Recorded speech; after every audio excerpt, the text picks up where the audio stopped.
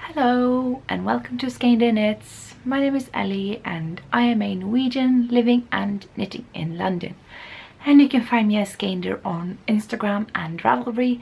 And do not forget the Ravelry group Skeindeer Knits, where all the fun knit-alongs and everything is going on. I'd just like to preface this video by saying a couple of things. One is that I am ill, so my voice is very low. It's kind of on and off. I'm hoping it will last throughout this episode, but I'm not making any promises. I'm coughing all the time, so this is going to be an editing nightmare for me. Hopefully you won't have to listen to any of that nonsense noise. Just, oh, it's awful. Like, I cough with a high pitch, so it's just really, it's like listening to my neighbor's dog. Long-term viewers will know.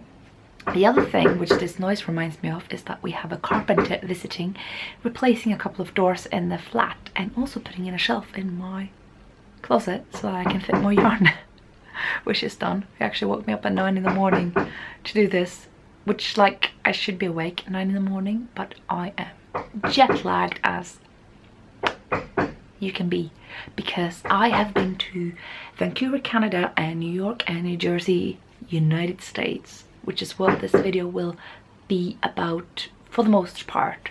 But in case you're not here for that, I'm just gonna open the video with the usual admin stuff, a couple of things I've knitted on while I've not been too busy traveling, and then it's just gonna be a huge haul and storytelling. Unfortunately, this illness of mine is not a recent thing. It's something that plagued me for most of my visit overseas, so there is not much footage of what I've done, but I'm going to try to retell my experiences as much as I can. And I also want to, like, mention that it's really dark. Like, it's noon in London, but it's really dark. Like, I tried using the light from the window as I usually do, and it's just coming out really blue. It's like proper dark. So if we're relying on artificial light, colours may not show up as well as they normally do. That noise, just, I mean, this is the only time I can record this episode because I have a lot of marking to do through university. There's a bunch of submissions come in, so it's this episode or nothing. So please just accept my lousy voice and the hammering from downstairs and the horrible lightning. Oh, this is gonna be great. Oh well, let's just get started. So starting with the admin stuff. Some of you will probably just know me from the Cyber Mitten Club, which is the one thing I'm kind of, I guess, the most known for. The club is still running. 3 out of 4 secret mittens, exclusive mittens, have come out. The 4th mitten is coming out on the 1st of December. I want to thank you all for receiving the Flora mittens so well. That was amazing. I'm so glad you liked them as much as I do. So thank you so much for that.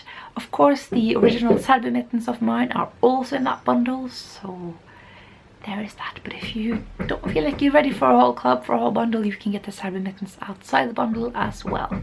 So there's that. But the other mittens are exclusive to the club. And you can get the whole thing on Ravelry. And the other thing is that I have started the Julequel Mystery Mitten Knit Along.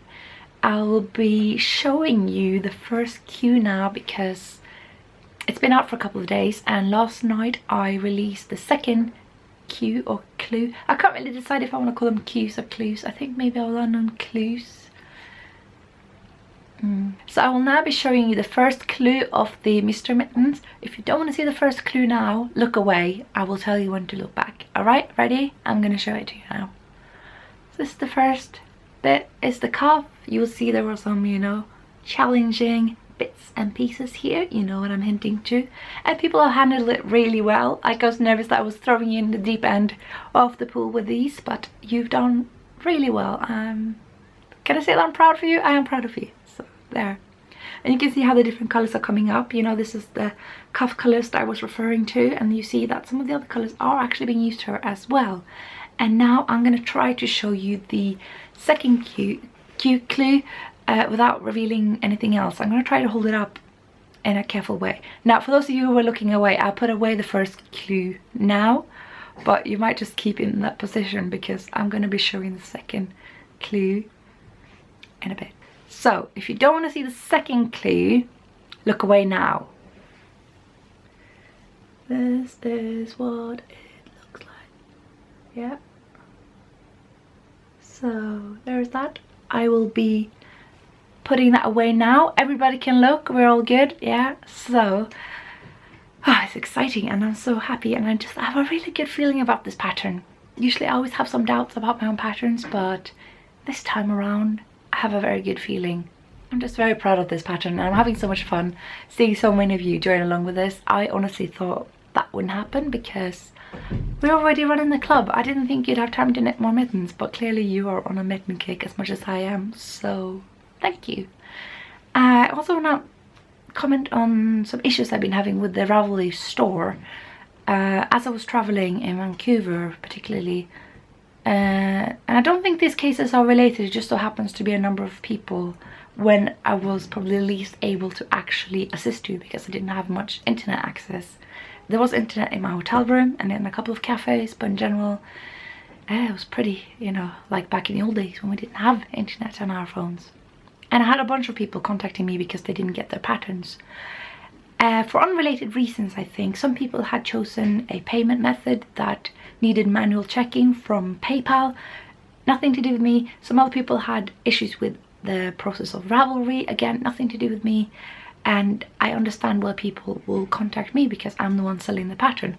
But the reality is that I have very little control over these things. So I've now put a disclaimer in my designer profile on Ravelry that if you run into any problems with the purchases, I can't really do much, but that doesn't mean there's nothing to be done. But you need to contact Ravelry first and foremost, and then I assume that Ravelry will be able to tell you if PayPal is at fault or me. But chances are if everyone else can purchase the pattern and they get the pattern immediately after purchase, it's not me. It's not like I sit on the other end and go, oh, someone bought a pattern of mine, I'm gonna click send, and if I'm not on my computer you're not getting the pattern.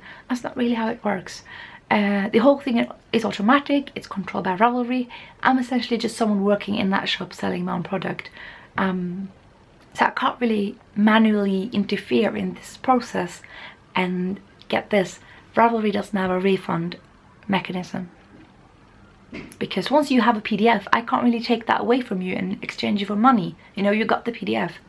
So that's really a thing that I can do. Nobody selling patterns on Ravelry can do that. Like, you can dig through your PayPal payments and then like do it manually, but that's a lot of effort when you get a lot of customers in the end, and it doesn't actually go away from your records on Ravelry, so you'd still be paying that for a payment that you refunded. So in general, try to contact Ravelry if you're running into problems. And the one thing I do encourage you to check is that you are paying in the right, sort of the most efficient method, because if you're using e-checks, those things tend to be manually held until they can be approved by someone or something. I don't really know how that works. It's a PayPal thing, so the payment method does affect this as well. But if you use the kind of most common way of doing it, where you have a debit or credit card associated with your PayPal account, it should be immediate. So that's what I have to say about that. I'm sorry that's not the most entertaining bit, but believe me, there's going to be entertaining bits in this episode if my voice will last through it. Now, since we're talking about knit-alongs anyway, you know, we mentioned the club, we mentioned the Mystery Knit-along. Also, I want to remind you that the Mystery Knit-along does last until the end of the year, even though the queues are very chop chop chop. Queues. You can easily fall behind in the knit-along, and that's fine. Don't worry. I just want people to have the opportunity to have finished mittens before Christmas, but if you don't, then you can still be in it. And I made separate spoiler threads and non-spoiler threads in the Ravelry group, so hopefully that will make things a bit easier for people and a bit less pressured to keep up with things. Now, as I was talking about knit-alongs, I'm also hosting the Marius knit-along, and that's going to be running all over winter. I haven't started my Mariuses yet, so you know, there's time. Don't worry. So I'm going to show you the bits I've been knitting on since the last time we saw each other. It's not much because I've been busy travelling, and even though I've been knitting in every opportunity I got, it's been a bit less. But what I have done is finishing these mittens. I lied, I didn't finish them. They don't have thumbs yet, but they were finished enough for me to get some good photos of them and publish the pattern before I went off to New York, so that you can have a chance to knit some Christmas mittens before the Mystery Mittens comes out, because releasing all patterns at once is not really a good strategy if I'm gonna like get in touch with my inner sales businesswoman, which I'm not sure if she's in there, to be honest. But anyway, this pattern is out. I am so excited about how well this pattern has been received. Again, I kind of have some doubts about all of my patterns to some extent. Like this pattern, I just thought it's way over the top, and I was going for way over the top, so I mean in that sense it's successful. But when I knitted it, it actually looked a lot less dorky than when I had charted it. It looks actually quite whimsical and cute. So there is that. And I will make thumbs on these. Like, the idea was for me to make thumbs on these when I was on the plane, but when I was on the plane my brain wasn't really working, so it just doesn't have any thumbs. Can you see all the cutting I'm doing here? It's because I'm coughing like a mad woman. So anyway, I just want to thank you all so much for buying this pattern, for really enjoying this pattern, for saying so many nice things about it. Thank you. And also thanking Wool for having this amazing yarn. They actually reposted this photo on their Instagram, which made me all giddy of excitement. But in general, like, this wool, like, it's very similar to finer yarn and that kind of yarn I really love, but it's a bit smoother. It's like silkier in a way. I can't really explain it because it's just wool. But damn. So these are out, you can knit them. I had another sample as well, but if you watched the Woolen Buying podcast, you will know what happened to them. So now I only have this sample, which I reckon is enough. I keep like saving samples for everything I have designed now, and I'm wondering if that's like the way to go, because I'm getting a huge pile of stuff I've knitted that I'm not really using. They're just like for display, which maybe that's how I should decorate my room. The other thing that I've been knitting, and probably the thing I've been knitting on the most, if I'm going to be honest, is the No Frills sweater. And it is so close to being done. If I had just knitted on it the past couple of days, it would have been. But I was knitting on other things, so there. See if I can show it to you. It's quite big. This is the neck? Yeah, it's the neck. So we're looking at it from the back. It's been a bit curled up in my bag, but that will just, all the creases will come out. Like, I'm not worried. But yeah, it's been a bit packed in a tote bag for a while. So what I have left is the sleeves. So, and the sleeves are almost full length actually. Don't look like it, but the kind of raglan piece, the raglan yoke, you can't really call these a yoke, but you know, the top bit, it's very deep. Like, this goes way beyond my armhole. My armhole is probably up here somewhere. Armpit, armhole, I don't know. It's probably armpit, underarm. So these sleeves are actually almost full length, even if they don't look like it. I got a lot more stitches than I should have, which I don't know why. Maybe my roll gauge is longer than the designers. I don't know, not really much I can do about that, but there we are. So the body is actually done. It's just that I wanted it a bit shorter, I think, or maybe I did go for full length. And I split the hem, and I also didn't do any of the decreases for the bottom.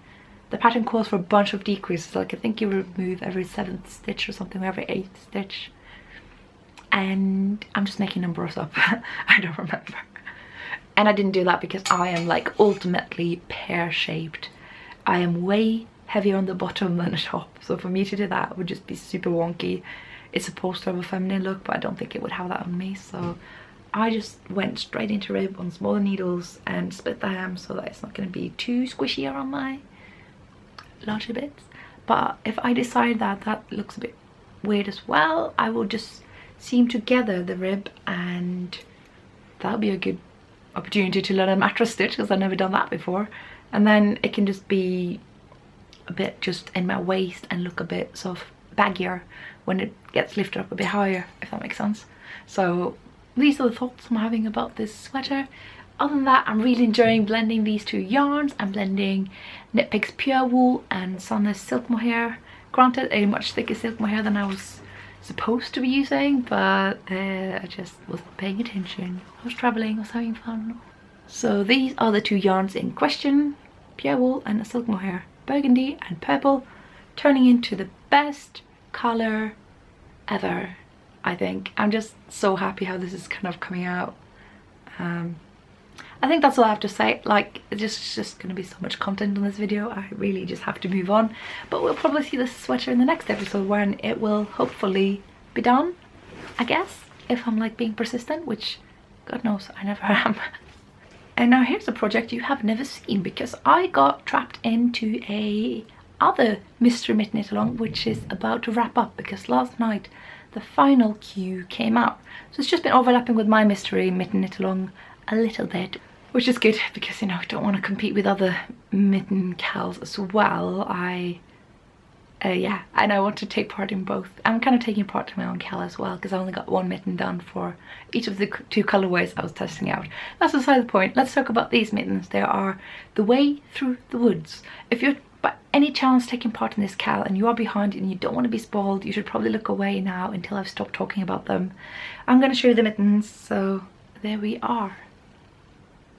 Yes, I'm using Blackie yarn St. Kilda, which has been dyed by the Knitting Goddess. I am just on a Knitting Goddess kick this year. I don't know what's up with that, but her yarns are great. And when she dyes Blackie yarn, I don't say no.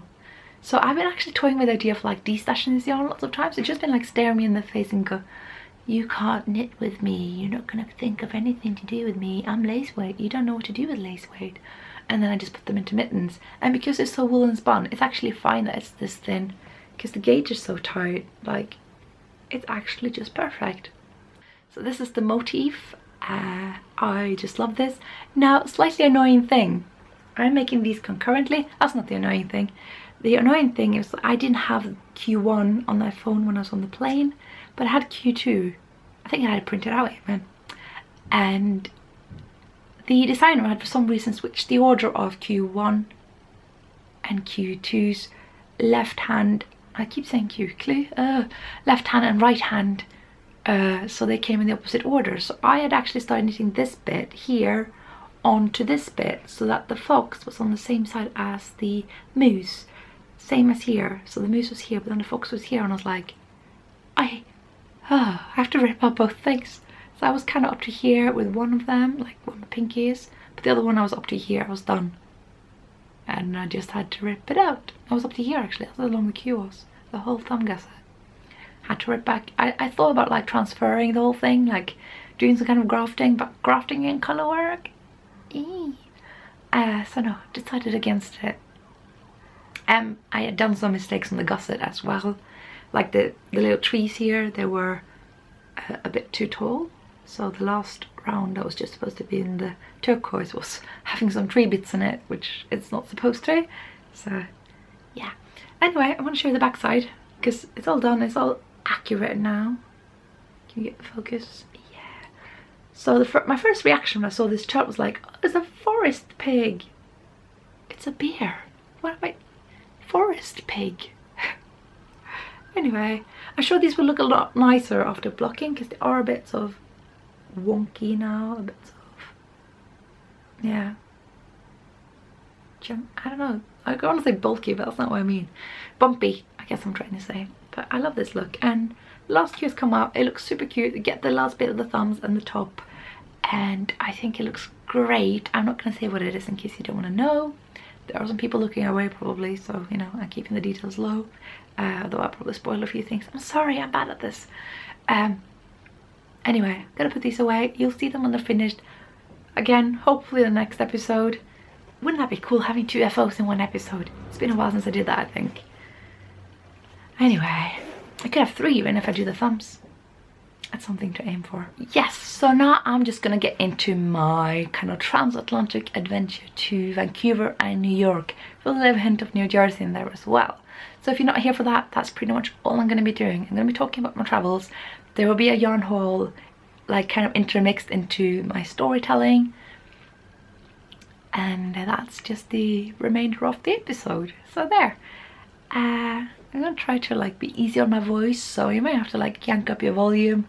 I don't know, this is just the best I can do. First thing I want to say is that because sadly one of my friends is moving from London, she is giving away some of her yarn that she can't bring, and one of those things was a cone of Shetland yarn.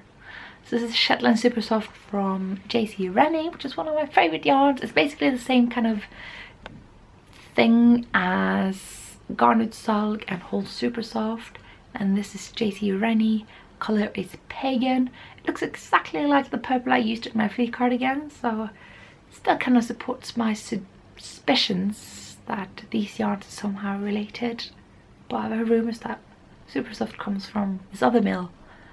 So I don't know, maybe it's just a coincidence that it's all kind of similar and named the same and looks the same. Anyway, I love this thing. Probably enough for a whole garment in this, and the colour is superb. So, and I love a good coat. You know, I'm never sick of saying that. Oh, and also I got this book from a friend of mine who's like destashing a couple of her books. She's got a bunch of kind of crafts and fashion and kind of lifestyle books, bunch of different books, and one of these is a book she got when she lived in Stockholm, which is in Swedish, but that's not a problem for me if I just kind of squint one eye and focuses and go, oh, is that how you write that? Because spoken Swedish is fine in my brain, but write it, or like reading it, anyway. It's called Textila Tolkningar, which means textile interpretations. It's by, excuse me, Anneli Palmsköld. So there's that. It's just a bunch of like stuff in history and source of inspiration, which I could use. So there's that. I need to stop saying there is that. Oh, that's a wrap. Oh, I just realized I forgot one of my works in progress, which is the Cestari socks. This is what happens when I don't put them in my show notes. I have a hoe. Yeah. This pattern will be coming out soon. I'm aiming for December, hopefully early December. It's a ideally fingering away sock pattern, toe up with a heel gusset, heel flap, bit of short row happening as well. And I actually use sport weight yarn, so these are really dense. I use Tuki wool sock yarn. You can do that, but if you're gonna knit the smaller sizes, I recommend going for, say, Ovis etc. yarns instead, some like fingering weight rustic yarns. Or you could use any kind of sock yarn if you want, like that will work fine too. You could use Regia or Opal or your favorite hand dyer's yarn. It's up to you. I just liked using Tuki wool sock yarn because I am in love with Tuki wool. And I have started the other sock. It's about up to here, but honestly can't be bothered to open another project bag, and we should really get onto this haul and talk about my journey. So let's do that. So I went to Vancouver and I kind of used the whole day traveling there, and when I arrived, that day was mostly still left. It was like I was re-experiencing the same day twice. Like when I got to Gatwick Airport in London, I had breakfast. When I got on the plane, I got dinner. And then I got breakfast for the same day that I just had breakfast for. It was really strange. And also they did this funny thing with the lights, because they turned off the light in the middle of the flight, which again is a good thing for like pretending it's night so we can sleep a bit and be on like ready for the day when you land. But it wasn't nighttime in any of the places. Like it wasn't nighttime in London, it wasn't nighttime in Vancouver, and it wasn't night where we were traveling over. It was just really weird. And I did the same thing on the way back as well, which was even more bizarre, because that was early in the morning New York time, and even earlier, no, later London time. So it wasn't night, and it wouldn't make sense even to sleep between New York and London, because just you should stay awake and make sure you can sleep when it is night when you land, because you're missing out on a whole day. Anyway, I arrived in Vancouver. It was awesome. I was a bit knackered, but I decided to meet up with someone I know through this podcast, Jill, who picked me up and drove me to Sweet Georgia Studios, where they had a knit night, and that was super nice. And I saw a lot of yarn. I'm just gonna put some footage of here because I did actually remember to film stuff in the beginning, so there is some footage here and there, just not that much. I was really good. I only bought one skein. I wasn't that good throughout the journey, let's just say that, and I kind of realized early on that I wouldn't be. And the thing is, like, Sweet Georgia yarn's got amazing colors, but it's all superwash merino, and I know with myself that even though I can get mesmerized by these colors, superwash merino isn't something I usually gravitate towards when I'm actually choosing for projects. So I ended up with just getting one worsted weight skein in green. It's a very, very, very nice green. The colorway is called Hemlock, and it's got this little yellow dart to it, which means the color didn't come out right, which I don't understand because it looks marvelous to me. And I'm thinking maybe just like a worsted weight cable hat or something. But the good thing is when these marks are on them means that they are at a reduced price, so Ka-ching. So that was Sweet Georgia Studios. I had to ask to leave a bit early, I think, because I was knackered. I was ready for sleep.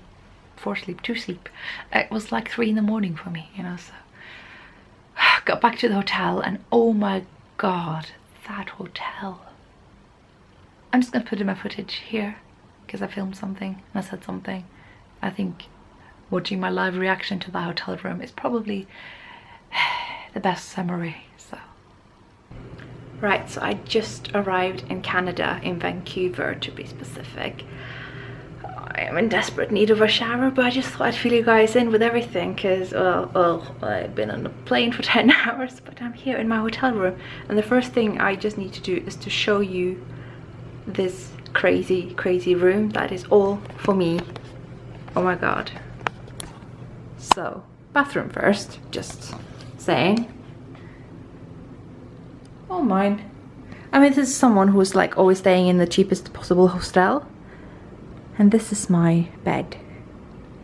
Like, it's king size, and there's a desk, and it's fancy, and a freaking TV, and that's me, and my cardigan, and I'm just, yeah, trying to make myself at home here, but it's like royal.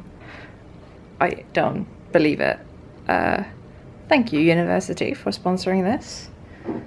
Also, I'm on the 22nd floor, which is probably as high up as I've been in any building, come to think of it. We don't really do skyscrapers much in Norway or in London, to be honest. Not hotels anyway. I don't know if this qualifies as a skyscraper, but you know, small town girl, this is exciting. So, turn on the camera. I'm gonna have the most, well, there's no focus here, might as well, because I'm gonna have the most needed shower in a long time. And then I'm gonna head to Sweet Georgia Studios and meet lots of knitters and see lots of yarn. I'll catch you in a bit. Okay, so I just got my face back on, had a shower. Needed that. And I'm still not quite over this room.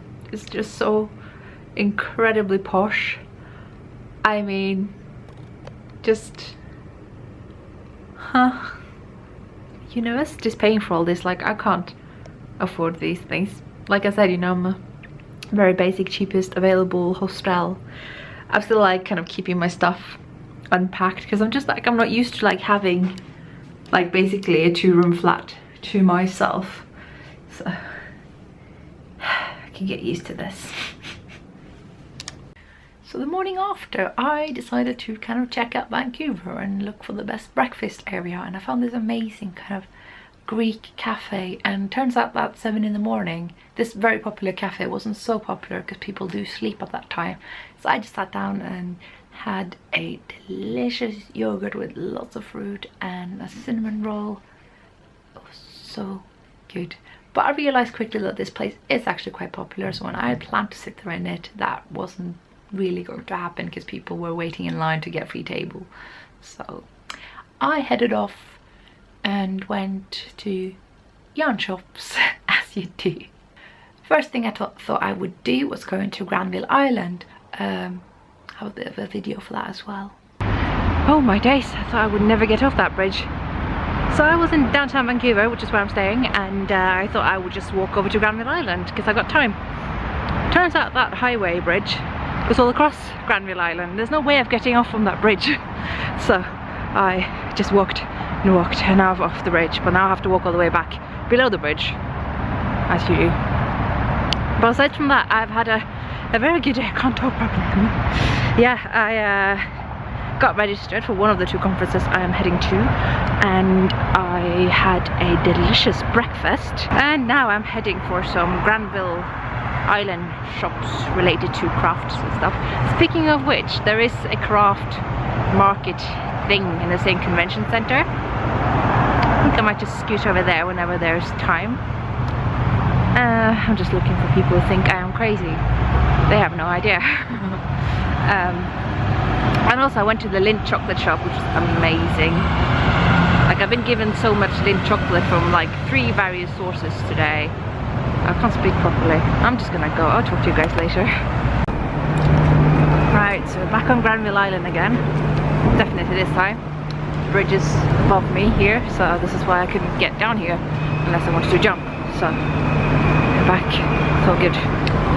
Eventually I found my way to, I think it's called Fibre Art Studio. They had a lot of amazing yarn. I actually was recognized for the shopkeeper, so I was like, famous in Vancouver. Not really, just felt a bit silly.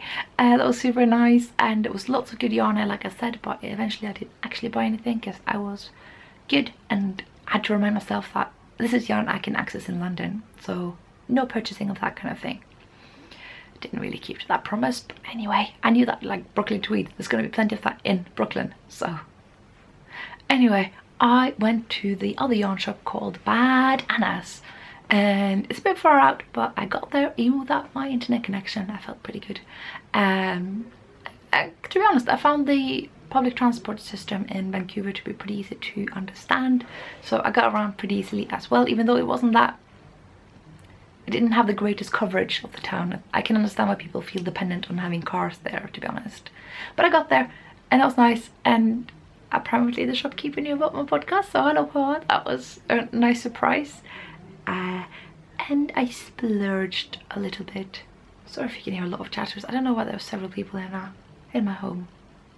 Weird.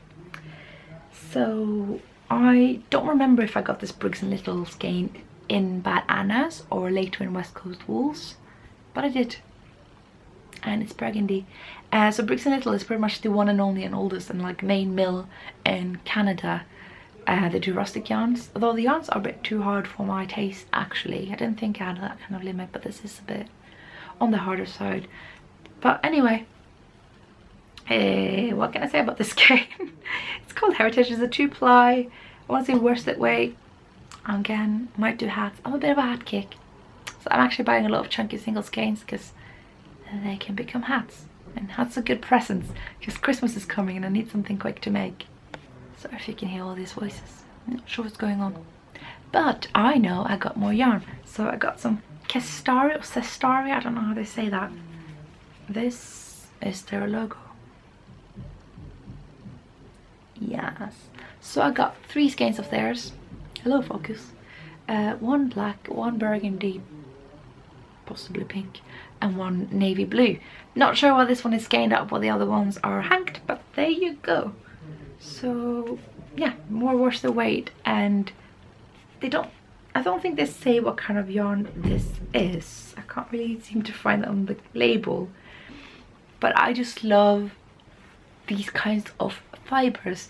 Now this is the funny thing, like I know I'm the sort of poster girl for Norwegian yarn, and yeah, I totally am, but I really love North American sheep breed fibers. I am obsessed with them. Like my main mission for this trip was to find, you know, Cornwall and Corriedale and Targhee and Romney and was it Rambouillet or something, these are not breed specific, but as far as I'm aware, but they do feel like they're kind of up that alley, you know. They are woolen and soft and just, yeah, I really like the feel of these kinds of yarns. It is quite different than European breeds. I can't really explain how, but if you've ever used both, say, Spindrift and Brooklyn Tweed yarn, you will know the difference. You can tell that Brooklyn Tweed is American and that Spindrift is European. That's kind of the difference I'm going for. Now I was trying to be very strict with myself and be like, no hand-dyed yarns, Ellie. You don't knit them, you just buy them. But couldn't really resist a skein of Tusken knits. It's not every day that I come across Tusken knits, so. And the colorway is impeccable. But the thing that actually sold me was the fiber content, because it's quite unusual. I've never seen this place before. Maybe it's more common overseas, but it's a 55% superwash merino, 20% kid mohair, 25% nylon. I thought that was really interesting because, I mean, if I do socks of these, they're gonna be stupid warm and stupid strong. Wow. I don't know. So, and also heard about the sad thing that happened with Tusken knits after the India Untangled show. I think it was India Untangled, possibly Needles Up, where payments hadn't gone through even though it looked like it. So I know everybody's been putting up messages about that, but if you were at Rhinebeck or Needles Up or whatever she was selling, check that your payment went through, and if it didn't, you can get in touch with Tusken so that she can get her payment for her yarn and her livelihood. Anyway, I bought Skeindeer first to both support and spoil myself, so yeah. And the colorway is Bleak House. I'm going to try to write up every yarn, every project, everything in the show notes. And I want to say as well, I get a lot of questions in the comment section like, oh, what's that thing that you're wearing? What's the pattern for that shawl? What's that? Everything is in my Ravelry projects. I, by principle, do not answer these questions now because it's so easy to just check. I wonder if this person puts the project up on Ravelry. You can find them there. They are categorized by item and also by the year I knitted them. So it should be fairly easy to find. Everything is linked. Yeah. And so that was Baaad. I really liked that shop. It was such a good experience. And after that, I decided to just go to West Coast Wools. I knew I had lots of hours left of the day and I was kind of saving that one for last, but I couldn't help myself. And that was such an awesome experience. I really liked that shop. I got to meet the lovely ladies behind the West Coast Wool podcast. Hello girls. It was so nice to meet you. They just let me hang out there and sit and knit for hours, which is exactly what I needed because God knows I was still very, very, very jet lagged. So very much appreciated that. I got to sit and relax somewhere because, you know, that cafe didn't let me sit and knit there. And no matter how fancy my hotel room was, I wasn't just going to sit there all the time. So I'm sorry I didn't film either at Baaad or West Coast Wools, but I did buy yarn at West Coast Wools. So actually West Coast Wools have a bunch of Holst yarns.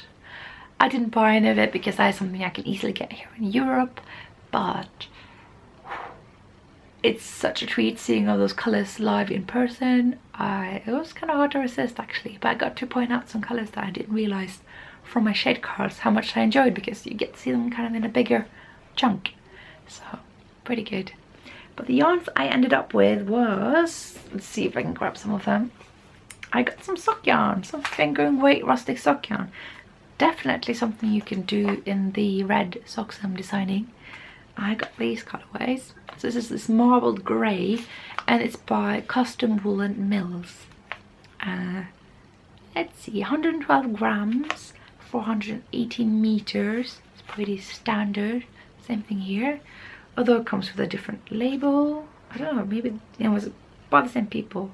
So I don't know why, but I hope these colors will show up well. They're not super high contrast. I know they look like they are, but with my trained eye, I kind of know that some things that look like they are, they actually aren't. And I'm on the fence about these, but we'll see. Maybe I'll come up with a design and it will become something amazing.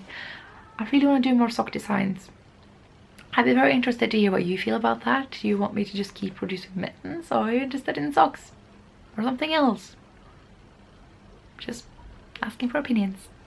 So I fell proper in love with Woolen Mills. I got some, I think these are worsted weight, possibly even Aran, but it seems like, you know, worsted weight is a term more commonly used overseas and then Aran is more commonly used here. I don't know if you knew this. So generally, you know, you can see yarn weights on Ravelry, and as a side note, I don't really believe in yarn weights. I think with this kind of yarn it's very versatile. Obviously yarn thickness varies, and for that I believe in wraps per inch more than counting the plies and more than categorizing them in arbitrary weights. But having said that, the yarn categories used in the UK and in the US are quite different. US also including Canada, because I don't know, maybe Canada uses more UK because they're more tied up with trading with the UK. So I'm not going to comment on Canada, but in the US generally the weights of, I think they use either bulky or chunky, and then the UK uses the other, the US doesn't use. But then the US has worsted weight, whereas in the UK it's Aran weight, which is a bit thicker than worsted. But then again in the UK they use DK weight, which is slightly thinner than worsted, which is only used in the States, traditionally speaking. Now we use both. And then they have sport weight in the US, which is not really a UK weight, whereas here we do 4-ply, which is supposed to be the equivalent of fingering in the US. And then light fingering is kind of sort of made up category in a way that just goes between that and lace, which we seem to have both places.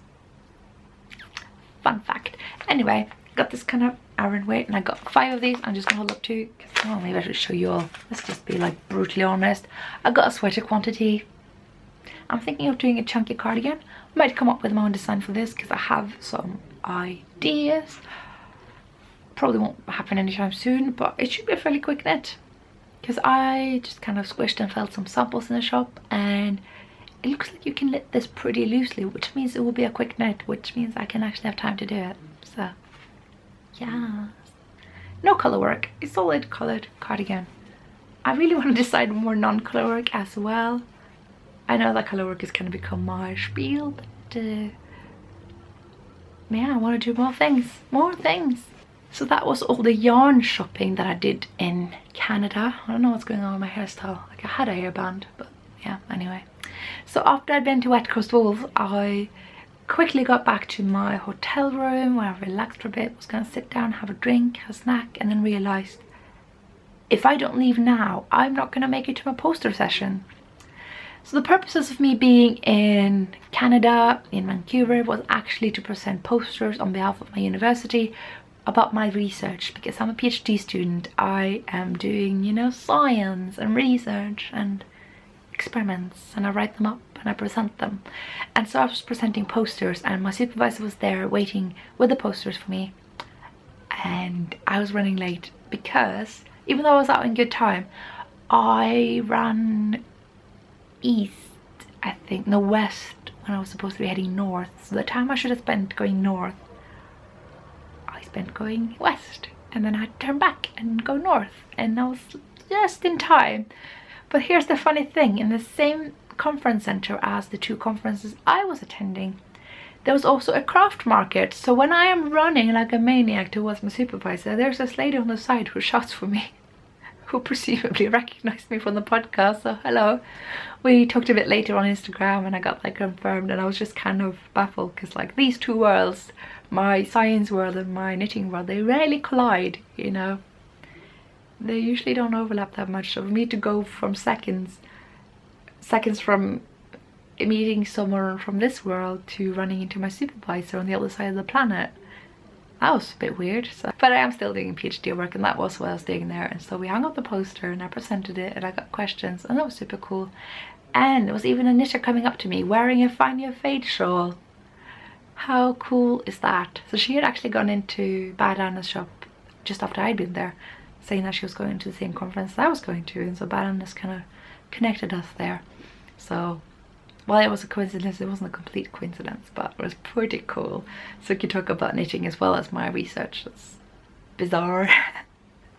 Like I said, those 2 worlds, they rarely collide for me. So as I was finishing up that poster presentation, I set out to a knit night with a bunch of people that I met earlier and a bunch of people I hadn't met yet in this Vancouver visit. And that was really nice. I got to eat poutine, which I still feel as weirdly about as I did before I tried it. I mean, it's gravy and chips, or fries if you will, which is exactly how you expect it. And it kind of works, but it's still a bit weird. But it's nice, but it's weird. And yes, I do realise it would be better if I'd had it on the east coast of Canada, but this is what I got, so it was nice. But in the end, I was so tired. So while I greatly enjoyed the company of these lovely people, I just felt so bad because, like, I mean, for instance, like, I loved like how Bernadette of the West Coast Wool podcast is just as an opinionated knitter as I am, and I was just wanting to echo so many of the things that she said. But I was so tired, I was just like, yeah, getcha. So yeah, I didn't quite I think they understood, you know, jet lag, it takes a while to get into the time zone. So I did eventually head back home. The season was very nice and drove us all back, and I got to sleep again, which was good because the next day I had to be up at, what was it, 7 in the morning or 7:30 in the morning to present my next poster at the other conference. That was kind of the main conference, and that went well. It was pretty cool. Some of my more recent research that I presented, and that session went by swiftly as well. And they gave us breakfast, which was good because I hadn't had time for that. which is probably why that conference was so much more expensive. Anyway, I finished, I was done, and when I was done, I was done. I mean, I did check out the craft market in the same building. It took me about 30 minutes. I paid for the entrance, I took the tour. I even bought this lovely kind of toiletry bag, which I was like, project bag. You know how I feel about that. So this Rain Goose, and it's like printed linen, I think. It's a bit plastic on the inside, so I'm not sure I like the feel of it, but I thought it was pretty. So, you know, project bag. But then it truly was done for, and I went to bed.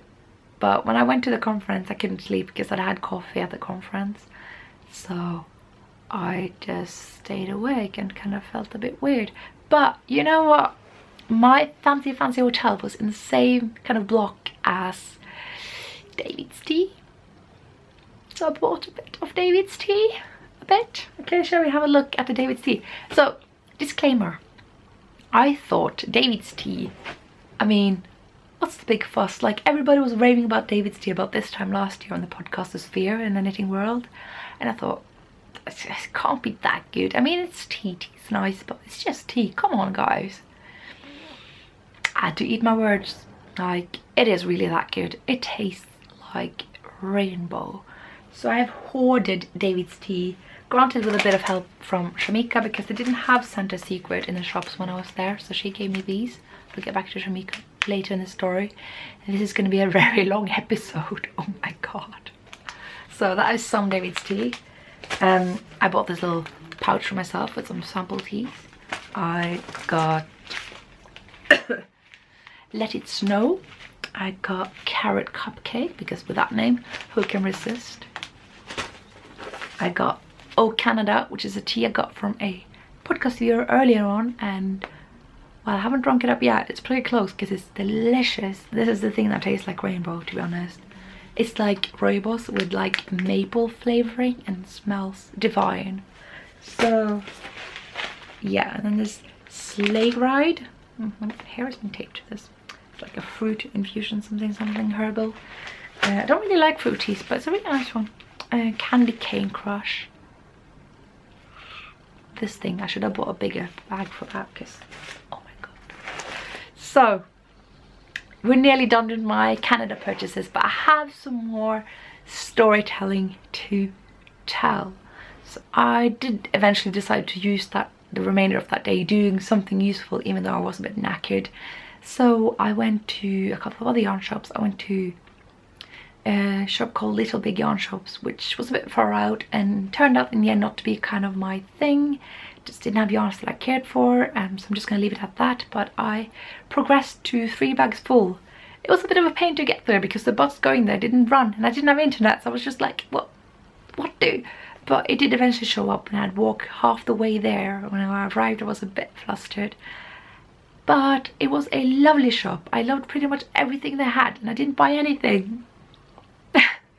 I spent a long time there, but in the end realized the one yarn I had picked out that I couldn't get in the UK, I couldn't find the colours I wanted, but the other yarns we do have in the UK.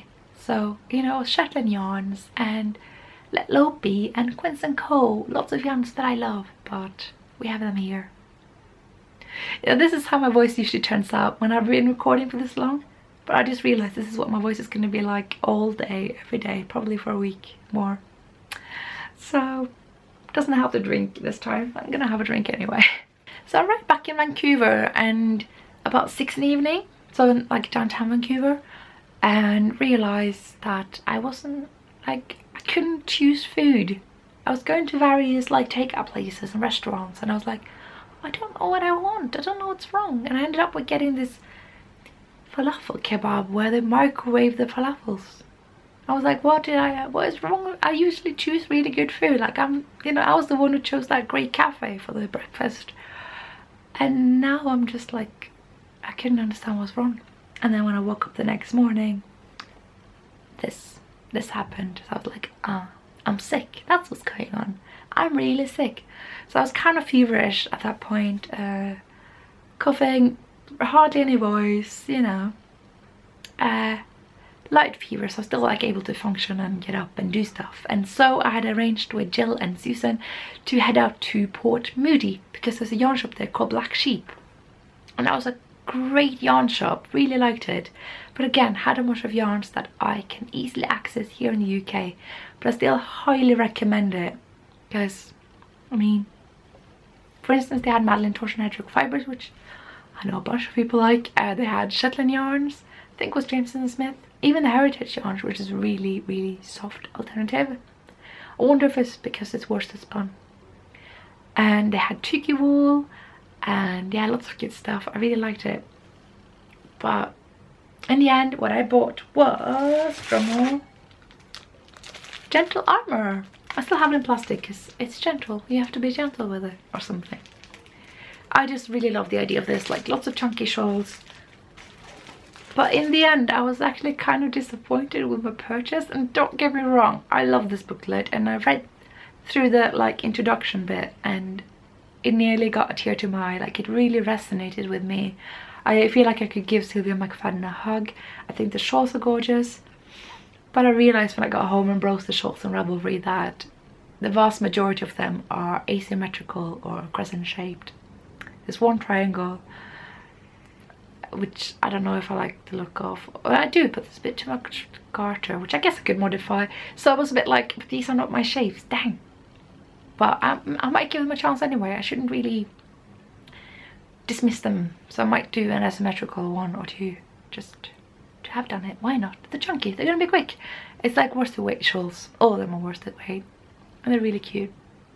I think I have the yarn for it. So I don't regret it in the end, but I was for a minute like going, damn, I kind of regret this now.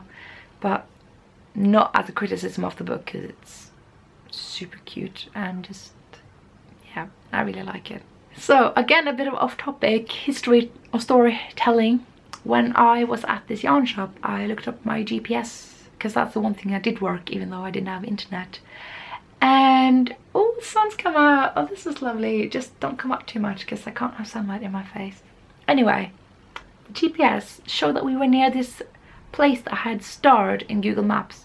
I don't know about you, but I put stars on every location that is significant to me on Google Maps. Places I've been, places I want to go. And I was like, what's this place? And it turns out it's a sushi restaurant that the bass player of my favorite band, Devin Townsend Project, had purchased. So he's the co-owner along with the sushi chef. And I just marked it on the map just in case I wanted to go, but I'd realised that it's so far out. It's in a place I can't even pronounce the name of, come to think of it, and I just excluded it as a possibility. But suddenly we were there with a car, actually 2 cars, and suddenly it seemed quite possible. So I asked, you know, and Susan said that, yeah, actually I've been there, it's really cool, and it's kind of rock themed. And I'm like, no. Because I thought, okay, he's bought a sushi restaurant, but surely it's still a sushi restaurant. And we got there and it was closed. But they opened at 5, so we got back at 5, and it wasn't just rock themed, alright. Yes, they had guitars hung up on the wall and like an Iron Maiden poster, but primarily it was themed after my favorite band. They had like a video screening of a concert that this band had in Royal Albert Hall here in London. They had the stage props there in the shops. They had posters. They played their music. They played the Transcendence album, which I love. I mean, if you don't like metal music, then maybe not bother checking this out. It's like very poppy metal. It's heavy, but it's also catchy. Anyway. It was such a good experience. Like, I can't even tell you. It was so worth going. Now, if you'll excuse me, I'm just going to move my camera so that the light will fall onto my face in this sort of flattering way. So, behind the scenes today, apparently. I feel like my fringe is a bit slanted. Anyway. So, what an experience. I just kind of fangirled all over the place, and I took some photos, and I kind of asked me of the sushi chef if I could just take a photo of that stage prop that was right next to him so that he wouldn't feel awkward. And he was like, oh, so you like the band? And I'm like, yeah, I really do, and I've seen them lots of times in London. And he was like, oh, they were here yesterday, and I'm like, no. So the thing is, we used to be on a kind of first name basis back when they used to come to London a lot, and I used to go to the concerts a lot, which I still do. Oh god, the sun is coming out too much now. Why is this never okay? Okay, let's just sit this way. This is gonna look weird.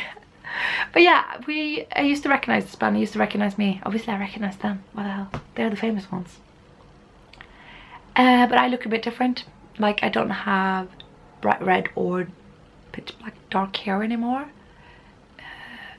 Just gotten a bit older, quite frankly. And yeah, it's just been a while since they went to their shows. I went to the show in March actually here in London, but then I realised like they probably didn't recognise me as much as they used to.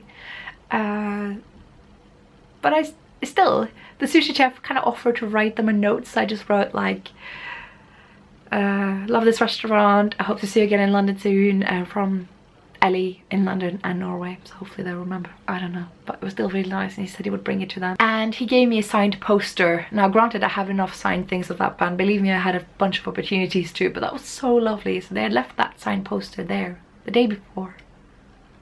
So cool. Oh boy, I've already recorded for an hour here. I'm hopefully gonna chop up a few things, but it's gonna be a very long episode, you guys. I have a lot of things to talk about still. So I think we're gonna have to fast forward to when I went to New York, which I did the day after. So I landed quite late in the evening in the JFK airport, and Shamika, who you may know from Instagram and possibly the, was it Mika Shop podcast? I think that's what she calls it. She hasn't made an episode in a while, but she has one. And yeah, she picked me up and I got to stay at her place with her and her mum, which was great because I was so ill at that point. Like, I was completely gone. I'd kind of lost a bit of my hearing when landing, which kind of came back, but I was still a bit sort of so yeah, it was great for them to kind of look after me a little bit. And I had ordered a couple of things to Shamika's address before going there, because some things have cheaper shipping within the States. So yeah, shall we have a look at that? It was like arriving at Christmas Eve, because if you don't know, Christmas Eve is when we get presents in Norway. Anyway, I got stuff that I bought myself, for myself. So first things was 2 Mittenbugs. Oh, we're all so shocked. Ellie bought Mittenbugs. So the first thing is the Mitten book, which is a book on Gotland mittens. So it's a bunch of charts from traditional mittens of Gotland. If you know about the Kamibornia podcast, you know, Pia Kamiborn's got a bunch of Gotland inspired mittens. Like, you may recognize this repeat. It's an old traditional one. There's a couple of others here as well that I just love this heritage. And this book is like stinking expensive to get in the UK for some odd reason, even though it's like a little pamphlet, but it's very cheap to get in the States, so I got that. Granted, if you know nothing about mitten knitting, I don't recommend starting with this, because this is what you get essentially. You know, you're gonna have to work with a lot of things yourself. Now, having said that, my friend Naomi here in London, she attended my trial classes for the cyber mittens this time last year. I never hosted the class before. I just written up the first edition of the pattern. She barely got over the cast on. She was really new to the whole thing, quite struggled, and now she can make mittens from this book with no problem. She made the ones on the front cover. So she's, Naomi, you're like my star student or something, though I don't see her as a student, more as a friend, but you know what I mean. It's like a testament that my pattern works, that it actually makes people good at knitting mittens. So I just thought I'd mention that, like a bit of self-advert in the whole thing. Yeah. The other book is Knitting Marvellous Mittens, which is ethnic design from Russia, which it really is. Like, it's just a bunch of Russian mittens. And if you didn't know, I am a bit Russian. My grandmother's parents were Russians. They came from the Russian Empire back in the old days and worked in like way north in Norway in a place called Vardø.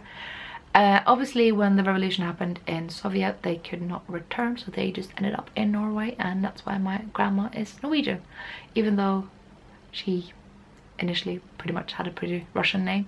Turns out her name is also Norwegian, so it's never really been noticed, especially since marrying my grandfather who has a Norwegian surname. But yeah, I am 25% Russian, so I get to knit Russian mittens without it being too much of a cultural appropriation thingy. yeah. Anyway, so that was really nice. But the main treat that was waiting for me in Shamika's pile of mail for me was from Natalie Sheldon of Remembrance Pottery. I can't pronounce things. You know, the lady who makes the amazing ceramic mugs that half the podcasters you're watching are drinking from. And I can't blame them because they are really great. And Natalie spoiled me. Like, sure, I'd asked her to buy a mug. I got so much more than a mug. This is nuts. So, where do we begin? First of all, as we had talked about, I got this kind of tea bag plate, which she doesn't really make commercially. She just happened to have one that she had made, and I said I would like that. That looks really nice and practical, because God knows I'm going to be drinking a lot of tea. And I got these kind of Canadian sweets, so they're like maple leaf shaped. I think they're sweets. They look like, yeah, syrup. They're sweets. And these things, I'm not sure what they are, but they're made of ceramics and they're knitting themed, and they're super cute. So one is a skein or hank if you want to be technical about it, and one is a sock, and just, yeah, I really like them. I don't know, maybe I'll put them on my Christmas tree or something. And this really floored me, because this whole pile is buttons. So she makes buttons, in case you didn't know. These are sock buttons. Okay, a little focus. So I got a few of those. Got 8 of them. That's as many buttons as I normally use. You can see that. And I got these blue square buttons. They're really nice. Got, oh my god, I got 16 of those. No, I got 20. And I got these, which are really cute. Look at that. It's like swirly buttons. And these kind of white floral ones. So thank you so much, Natalie. I'm gonna be actively using these for all sorts of prizes and giveaways in the future, because that is nice. Share the love. So they'll go into part my use and part giveaway, because I want some of them myself. And I got a little note from her as well, which was super lovely.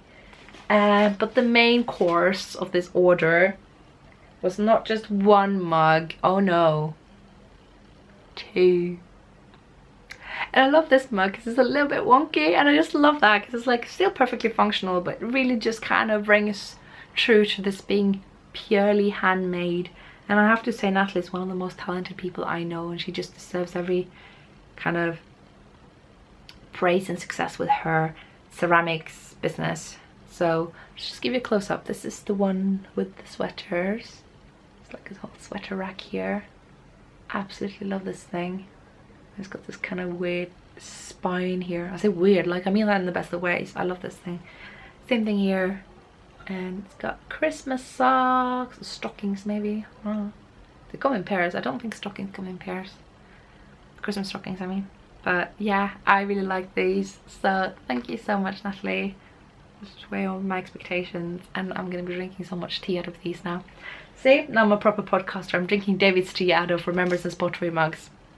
Jing. Oh, the light is really not on my side today. Anyway, I got some yarn from Shamika as well. I gave her a bunch of yarns, but she has the most amazing collection of KnitPicks Felici sock yarns, and I was like drooling over a pair of them shamelessly, so she offered me them. And it's the Time Traveler skeins. And now I know what you're thinking. Ellie, you don't do self-striping socks. You don't do vanilla socks. You've never done them. And that is true. I can't seem to make myself do them. I tried doing the Rye socks once by Tin Can Knits, and while it was a great pattern, it bored me to death because it's so simple. But then again, they were just grey. I chose grey yarns. If I'd chosen self-striping and done proper vanilla socks, maybe I'd enjoy it. Maybe I should give it a chance. Maybe that will help me get to the box of socks, because I still have only 6 finished pairs and 3 going. So if I can start on another 3, I might just get there. So thank you, Shamika. Now the first thing we did the day after, so the morning after I had landed, was heading out to New Jersey, because we wanted to check out Page the Framer's shop, Frame and Fibre, which is kind of down south. It's in, what was it, Point Pleasant. So it's a bit of a long drive, and we got a bit lost sometimes, but you know, we made it. And Paige had opened the shop just for us, and she'd prepared this like cheese blanket. It was so lovely and so nice. I actually remember to film this shop, so that is something I will be showing you as I'm talking, and you know. And yeah, I absolutely loved being there. It was such a treat. We stayed for quite a while, just chatting, just nibbling cheese. She even had Norwegian brown cheese. I don't know if you know about Norwegian brown cheese, but it's not technically cheese. It's caramelized lactose. It's a very traditional thing in Norway. Most people don't like it on the first try. Obviously Norwegians tend to like it, even though there's like individual differences and stuff, but yeah, good stuff. I liked it. It was a pretty neat surprise that she had that as well. And yeah, I just shamelessly ate all the cheese. I love cheese. And I bought yarn, and a dog arrived in the shop, and I pretty much had my top 3 things in one place at that point. I had yarn, I had cheese, I had a dog. I mean, it wasn't my dog, but it was a dog, and so that was awesome. I couldn't have been happier. So I got 2 skeins from Paige's shop. I was like, oh, I shouldn't be buying anything. I don't know if I want anything. It's like all very nice, but I don't know which one that sticks out to me the most. So I went with burgundy because I'm that predictable. So this is the color in question. Can we get some focus? Like, get some sense of the color. There we are. Excuse me. So as you can see, this is Wandering Wool, and it's a BFL sock yarn. And I figured I can't really go wrong with this. The other thing I got, which is more self-striping yarn. I know, I think this is self-striping anyway. And I know that's like a bit outside my comfort zone, but that's where we're going. And I think I've been bitten just a little bit by the Christmas sock bug that Amy of the Stranded Dye Works, Stranded Knit, is that what it's called, the podcast? I watch this podcast religiously, but I never get the name right. I'm sorry. Was it you say, Amy? My brain hurts. It really does. So I got this, which is Santa's Workshop. And as it just so happens, I wouldn't have realized this if Paige hadn't pointed it out, so that I know the dyer. I know her from Grace's Weekends. So this is by, let's see if I can pronounce this because I've never really been able to, Pretty Handmade. So I'm going to show you because I can't pronounce things. Yeah? Etsy.com. So there we go. This is the Kamaal Wow socks. It's a merino nylon superwash. Not usually my comfort zone, but you know what? I think these will be fun to knit. I might just find them fun, like maybe from toe to heel, and then I'll be like, oh god, I have to make the legs. So I might do them concurrently and like torture myself through it. But you know what? If I do these and maybe another pair of socks, and I will have 12 pairs, and I just have to finish them. Life is hard. And there we go, a bit of a battery change because I've been yapping for that long. But the next thing I did after having been to Paige's wonderful yarn shop, which I highly recommend you go to if you are in New Jersey or nearby, we drove up to Do You Knit. You may have heard of Do You Knit. It's like the most famous probably yarn shop in the US. I was so knackered when we arrived because I was still really ill. Which is probably why I'm like remembering glimpses of the whole thing. But I remember coming in and introducing myself, and like Kristen of Yarn Gasson was there, just going like, ah, and I'm like, hey, being proper dorky and stuffed. And then I was like introducing myself to the other shopkeepers. It's lovely meeting you guys. Couldn't even get my name out, so there I was like later, did I even say my name? And they're like, I don't know if you did. So yeah, it wasn't quite there, but it was so lovely to be there. Even though we actually got there just like 20 minutes before closing time, managed to do some careful selections of yarn, and they were actually really lovely and kept the shop open for us a bit later. And there was a dog there as well, so I was happy. All I needed was cheese, which, mind you, we did get some cheese. Hey, we are in the unit. I had to think for a second there because I'm sick and my brain doesn't work. But this is people. Hi! And yeah, we're going out now. I'm gonna eat food because that's what you do after you buy a lot of yarn and become exhausted. Yeah, and yeah, you need food and discuss patterns and cheese. All that. Lots of cheese. Yes, cheese. And wine. Really good yarn. Yeah. Made out like bandits. Agreed. So we'll see you when the cheese has been eaten. Yeah. So what I bought, what did I get? Well, I got this amazing knitted project bag. This is knitted, guys. I mean, it's machine knitted, but still. So this is by Woolly Originals. Yeah, it doesn't actually look that machine knitted. Like, I think I can knit this, you know. It's not that. God, why is the sun bothering me? Why is nothing going wrong in this nothing going right in this episode? I don't know what I'm saying. And can you see my camera shadow tripod thing there? I'm just gonna pull down the blinds. Oh, editing this episode is gonna be such a pain, and now I can't see anything because I got like a huge sun blob in the middle of my eye. You know, when you stare at something bright for too long. Oh god, this is so weird. Anyway, I love this project bag. It's just the right size. It's knitted. It's Norwegian style. Ah, this is just the best thing. And yeah, very cute inside as well. Can't wait to start using this now that I've shown it to you guys. Kept it pristine. Actually, probably gonna be quite durable. And I wonder if it's been knitted in something like James and Spindrift. It really does feel that way. Or maybe actually one of the JC Rennie yarns. So I had a look through Do You Knit, and I was prepared beforehand that it might not be quite my thing, even though it is an amazing shop. You know me, I'm not that into your usual hand-dyed superwash merino yarns, and granted that was like 90% of the yarns there was single-plied merino, hand-dyed, a lot of it hedgehog fibres or things that resembled hedgehog fibres.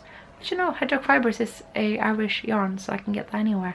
It was really cool to see though. It's very overwhelming, and given I only had 20 minutes to buy stuff. Ooh. But what I discovered, I mean what Kristen told me, enabler, the enabling is mutual so I shouldn't be saying anything, was that there is a 50% off room. So the room connected to the main shop room has a shelf with all the yarn that's been discontinued from the shop, sold at half price. And there was a lot of amazing stuff there, like proper amazing popular hand-dyed yarn stuff. I'm not going to mention names, but you know, good stuff. I didn't get any of that. What I got was a whole bag of Brooklyn Tweed Loft. So if you don't know, Brooklyn Tweed Loft, when sold in the UK, it's sold at the same price number as the dollar.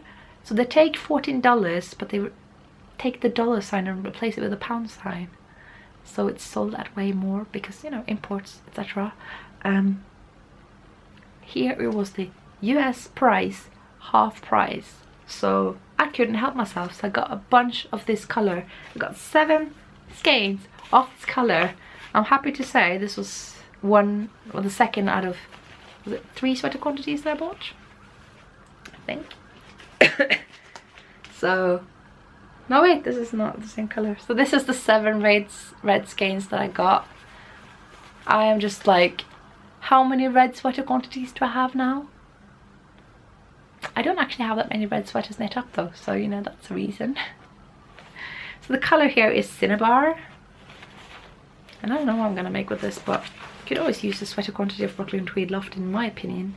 And yes, it is fingering weight, but Brooklyn Tweed Loft has a very versatile gauge. You can knit it very loose and very tight. I would actually recommend knitting it very loose because it doesn't have that much springiness to it. So I would enjoy that, I think. And I got another 4 skeins as well because I'm nuts and because I love my winter shawl, the one on the chair, which you can check out more in previous episodes and probably footage on this video and my project page on Ravelry. I love it so much I thought I might do more in other colors. So I got this kind of, it's called Pumpernickel, and the green is called Button, and the orange is called Embers. So doing maybe a slightly different thing. I thought maybe about striping it. Instead of doing blocks of colours, I might just stripe it and do garter. Because why not? So that was that. The Do You Knit haul. It's quite big, quite a lot. I don't regret it though, because how many opportunities am I going to get Brooklyn Tweed that cheap? This is my problem. I don't spend that much on yarn. I just find really good deals. I do that way too much. And I can't help myself, and I buy so much that I might as well not have found a good deal at all and just bought a couple of full price skeins instead. When am I ever going to learn? And in the end, we went to Eastwick in Bushwick, Brooklyn, and had the famous burrata. So I'm sure if you've been watching some of the other Brooklyn-based knitting podcasts, you will have heard about the famous burrata. So Eastwick is a kind of restaurant, I guess. It reminds me, like the whole Bushwick area really reminds me of Shoreditch here in London, which is kind of where I live, I guess. Seriously, this is hilarious because on this side the sky is super dark and clouded, like it's going to be a thunderstorm, and on that side it's super bright and sunny, and there's sirens everywhere, and just everything is going against this episode today. Anyway, we went to Eastwick and Bushwick and had burrata, and I didn't film anything, but there's a short clip at the end of Kristen's last episode, so that is something for you to check out. And we ate and we were merry, and Chanel of the Pipe and Nail podcast came, and Jacqueline of the Brooklyn Knit Folk podcast arrived as well. So we were a good group of people. I don't think I forgot anyone now. If I did, I'm very sorry, but yeah, I was still not quite there, but it was so lovely to meet those, like all of them. Just, yeah, I had such a great time, even though I was completely stuffed and did probably a bunch of annoying snorting and coughing. Sorry for being gross, but thanks so much for an awesome evening out. So some of us went on to Woolen, which had a knit night. We had planned to stay for the whole knit night, but we had such a good time at Eastwick that we really didn't stay for more than maybe 40 minutes at the knit night before we were too knackered, too tired, and eventually went home to sleep. I didn't actually buy anything in Woolen. I really liked the shop, but it was the usual case of either they didn't have anything for me, or I could get it when I'm in London. So I didn't get anything, but it was a good shop, good atmosphere, nice knit night. So the next morning we headed out again. Me and Shamika, we went up to the south tip of Queens to see Christy Glass. So if you don't know, Christy Glass makes interviews on YouTube for other knitters. I say if you don't know, of course you know about Christy Glass, but yeah, we met up with her. I'm not going to say why, but you might find out in time. So yeah, and then after that we all had stuff to do, so we parted ways, and me and Shamika went to Knitty City, and that is in Manhattan. So that was my first ever visit to Manhattan, and I bought some yarn. Nobody's surprised, but again, a case of I can get this yarn elsewhere, or I don't want this yarn at all. But I found some yarns I've never seen before, which was really nice. Trying to cope with the light today, guys. This is what happens with winter. The sun gets so low, and I'm not allowed to install this kind of flicking blinds, so it's either like no light or some light. I don't know. Anyway, the yarn I got was Elemental Effects. So this is a bottle green, which we all know is my recent favorite color, apparently. It doesn't focus, but hopefully you can see the color anyway. There we are. And then I got a grey and a white and kind of rusty red. Yeah, so mittens probably. Yeah, this would be pretty good for my Mr. Mittens, to be honest. Like, I know Shamika is using this yarn for other Mr. Mittens, so yeah. And we had a good chat with people in the shop, and then someone came up to me and Shamika who followed us on Instagram. So hello, so nice to meet you and run into someone who recognized us, and we totally felt super cool and famous, even though we're really just knitters going around town. And then we bought some cookies, and then we went to another knitting shop. We went to Rennie Cone, I think it's called.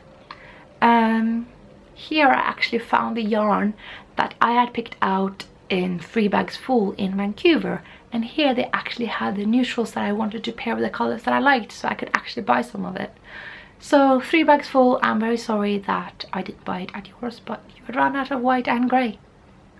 I can't buy yarn if you don't have white or grey. Yeah, that's just, yeah. So what I ended up getting was these 2 little skeins. So price tag is over, but I believe it is Elspeth leveled silk wool, and that's what this is. It's silk and wool. It's kind of a rustic yarn with silk, and it feels lovely. And this is burgundy and grey, so you know, what else could I do? I just love the feel of this yarn. Like, I've kind of had a change of heart around silk yarn if it's with this kind of wool, so I don't care much. Well, I say I don't care much, I still like it, like when it comes in, with superwash merino and that kind of thing, but it's way more interesting when it comes in this way. Just give you an idea. Yeah, so it just feels really nice. It's not too shiny or slick or anything, it's just lovely. So my ideas for this is to maybe do some fingerless mitts, possibly. I always have some vague plans when I buy yarn. I can't buy yarn with no plans, but I can't say that my plans are that concrete either. And so after we'd been to that yarn shop, we were actually a bit tired and ready to take it a bit easier. So we headed down to Brooklyn again and went to String Thing, which is a rather new yarn shop, which was really nice. Again, the yarn that I liked I could find elsewhere, so I didn't end up buying yarn in the end, but I bought a cute little project bag. Do you guys remember when I started this podcast, I was like, I don't really care for project bags, I just use tote bags. I just buy project bags all the time now. So I got this thing with got the cutest little sort of tulip hedgehogs. Oh, it's so freaking adorable. And it's by Knit Spin Quilt. This is her little card, so you can read that off there. Pause it if you want to see it for longer. And so yeah, look forward to be using this as well. It's very nice and light, and you know, that is good if you just want to carry your project and not like a too heavy duty project bag. I also got a New York slice of pizza, so I got that one ticked off the list as well, which we greatly enjoyed in the yarn shop, which you can't really say for that many yarn shops, you know. I think that was the special thing about String Thing, is that it's as much as a community center. Can we get a focus? Yes, it's as much as a community center as it is a yarn shop. So that was really special. Yeah, you could just sit and hang out there. You know, they do Game of Thrones nights and stuff. If you're curious about that shop, you could check out Christy Glass's interview of that shop, of the lady who runs the shop. Just really awesome. So yeah, I definitely recommend visiting that shop if you're in Brooklyn. So in the end, Shamika had to have an evening class and I had no plans, so my plan was just to head back at her place and just have some rest, because God knows I needed it. But once I arrived there, a friend of mine in Brooklyn who's got nothing to do with knitting suddenly told me he had time to meet. So as soon as I'd arrived far out in Brooklyn, I had to get back on the train and get back out again, even though I was knackered, because it was like, it's now or never. I'm not going to be able to see this person again in a good while. Like, we haven't really met in 6 years, although we met briefly at the concert in March, and that was really nice because he actually showed me Manhattan that wasn't not yarn shops, because me and Shamika didn't really have time for that. So he took me to what's it called, the High Line, which is basically a train line that is no longer in use, so they turned it into a park that goes all along Manhattan. Has this amazing view, looks really cool in the night, where you can just see the street lights, you can see all the, you know, important buildings in New York, and you could even catch a glimpse of, I think, the Statue of Liberty somewhere. Pretty awesome. So really grateful that he took me there. And stopped by Penn Station, which was not that amazing, and then we went through Times Square, just because that's kind of a thing that you have to tick off your list once, but I think I'll probably keep it to once because it's a bit taxing going through there, even though it's quite late, so it's a bit less. So, and then went to Rockefeller Center, which is where they have that big Christmas tree. You've probably seen it in like the second Home Alone film or something. I realized that when I was in New York, like, I don't know much about New York, but I have references for everything from like Home Alone, Men in Black, Sex and the City, Girls, just, yeah, anything that's been on film or TV, I know New York from that. It's pretty funny. And in the end we went to the Grand Central Station, which I've heard is nice, and I've seen it in the Fantastic Beasts and Where to Find Them film, another film I use as a New York reference. It looks amazing. You should really go look at that in real life. It's so much more than what you can catch a glimpse of in that film. Like, it's stunning, absolutely stunning. Like, I know people from New York get amazed by buildings here in London when they come here, but wow, it's amazing. And if you look up in the ceiling, they have this sort of, this amazing kind of star sky with like astrology symbols and stuff. Not really stuff that I care for, but it was beautiful. So yeah, absolutely recommend checking out the Grand Central Station if you have the opportunity. In the end, it was time to head off, so we took the train back into Brooklyn, parted ways, and I went to Jamaica and I slept, and when I woke up in the morning she was at work, and I was like, okay, I'm gonna go out and I'm gonna meet Kristen, and I was like, I just think I need to lay down for a bit, and I slept for another bunch of hours after I got ready to go. And I really needed that, because when I woke up I was actually feeling a little bit better. Like, I was still kind of stuffed the way I am now, but I didn't have that many headaches or stuff like that, so it's pretty good. So I got going and I took the train all on my own again, feeling pretty good, because the train system in New York is confusing. I perfectly understood the Vancouver train system, but the New York train system, I was like, oh, no. But in the end I found my way to Kristen's house, and it is a lovely house. I got to check out the dye dungeon. There's the neighbor's dog again. Happy for you to join us as always. You kept me up at night, you little bastard beast. Anyway, I'm gonna just shut the window. So the dye dungeon is amazing. Can you imagine just a place that is just kind of made for dyeing yarn and podcast recording, and just seeing woolen vine yarns everywhere? I was just like, the colors. And the first thing I did when I walked in was like, ooh, that is nice, because she hung up this new kind of burgundy colorway she's developed. She calls it Vampmas, and she was like, oh yeah, that reminds me. And she handed me this bag, and it's just like a testament to how freaking predictable I am. This is Vampmas on the footsie base, which she gave me, which is, oh my god. But at the same time, I'm so predictable. I mean, just burgundy or plum or purple or pink, I don't know where this falls. I have a very, very wide spectrum of burgundy in my repertoire.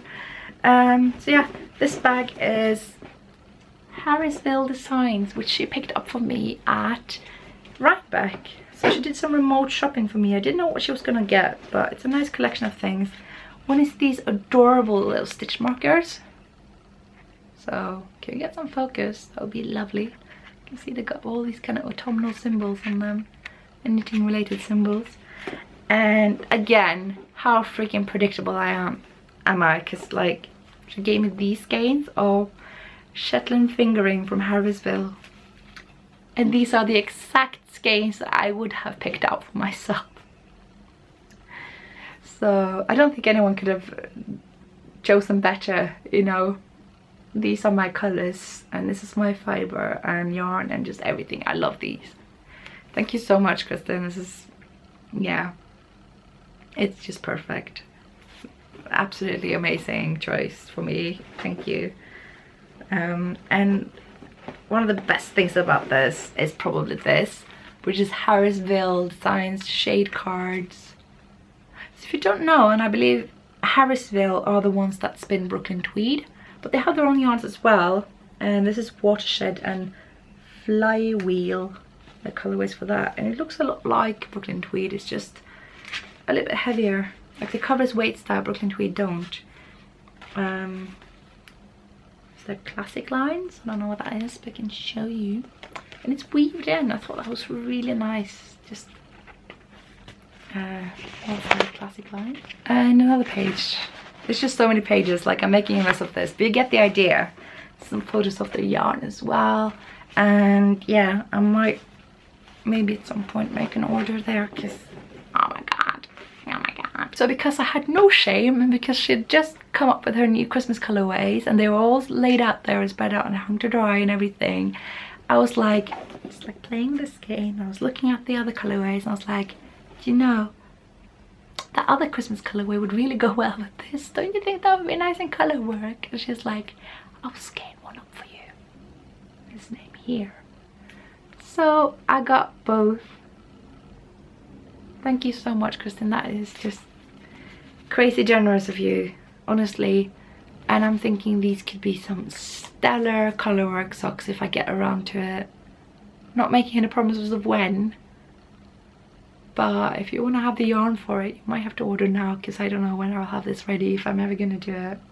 Not making a promise, but just like throwing it out there. These go amazingly well together, and they'll probably be in our shops for a while. I've not been asked to like do advertisement for her, and it's not like she needs it, but I was just like, the combination of these two, I love it. So just holding these up. Yeah, so yes, like I needed more yarn. Thank you so much, Kristen. And so the next thing on our program, after I had had a good cuddle with Bella the cat, who was a bit shy, was having a bit of a knitting and then going out to Brooklyn General. And the only thing I want to say about Brooklyn General is that although I've been to some amazing shops in this trip, Brooklyn General was by far my favorite. I think I saved the best for last, to be honest. It's probably where most damage was done as well, because if you thought I bought a lot of yarn now, I was actually saving myself for Brooklyn General.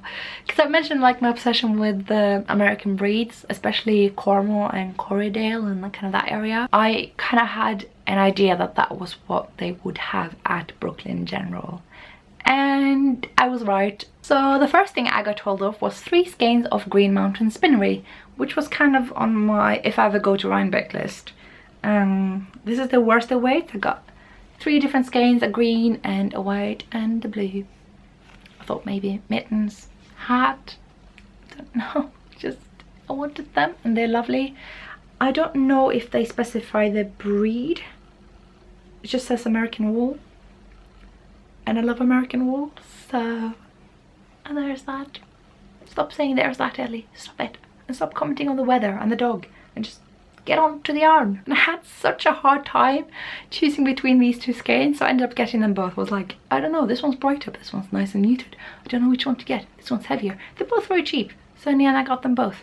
So this is from Harrisville. This is the Flywheel and the colorway is Amaranth, I believe. No, it's Barn Door.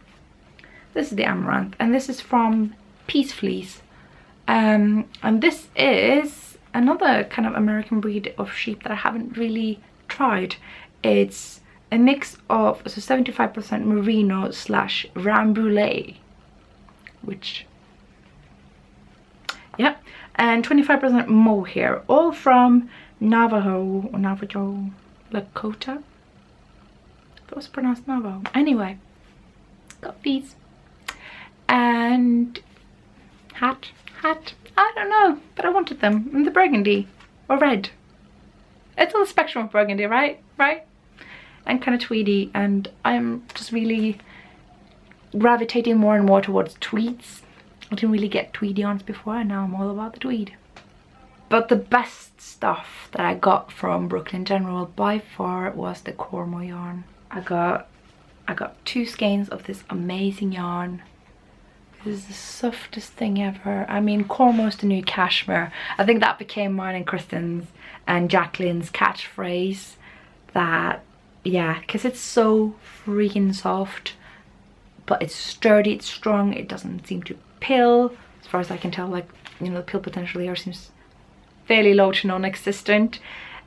It's so lovely. And the thing is though, the only thing it says on the label is Brooklyn General Store, New York State, 100% Cornwall, DK weight, 100 grams.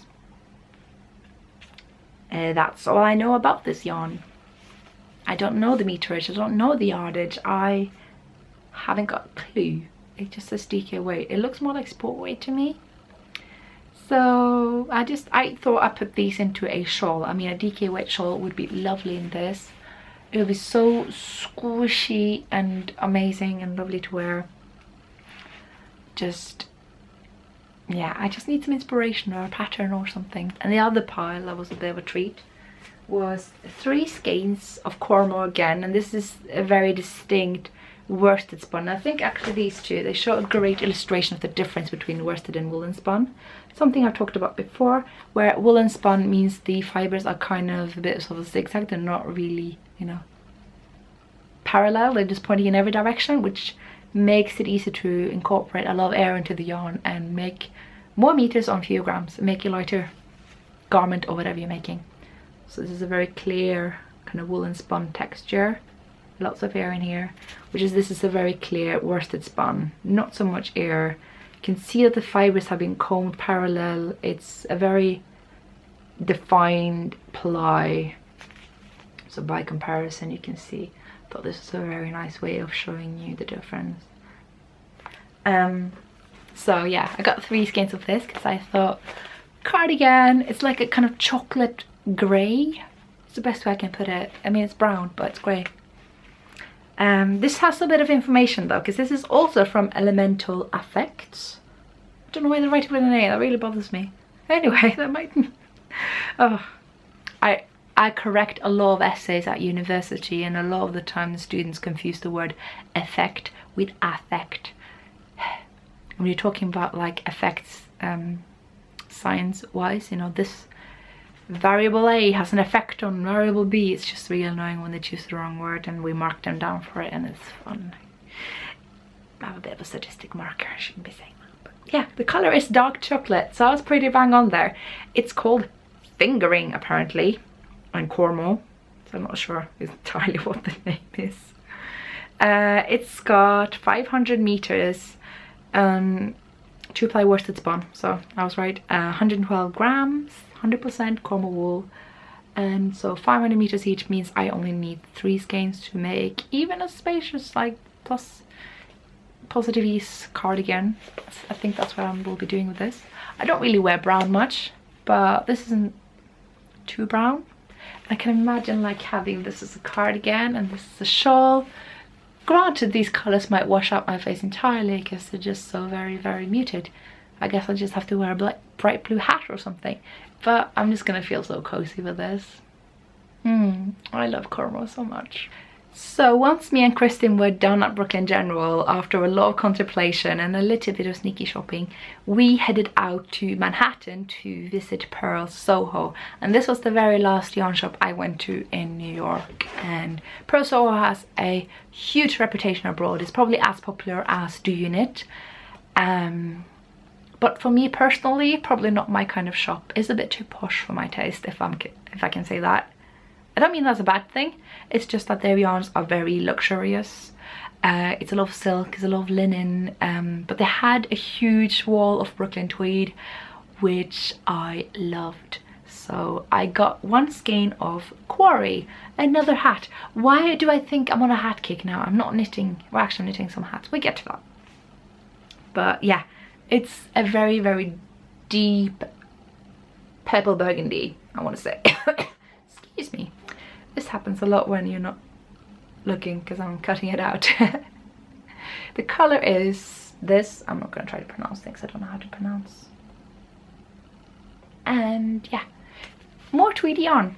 I'm on a tweed kick. So when we were done shopping for good, we sat down in a cafe, and Jacqueline of the Brooklyn Knitfall podcast came along as well. So me and Jacqueline and Kristin just sat there and had some hot beverages and knitted, and it was so lovely. And just the fact that those girls would like risk catching all of these germs by hanging out with me is like, thank you guys, it's so lovely. I wish I could have been like 100% me there, because I'm just, yeah, I wasn't well, I'm still not well, but I mean, when in New York, I wasn't gonna be staying in bed all the time, even though probably I should have done that. It was so nice to meet you all.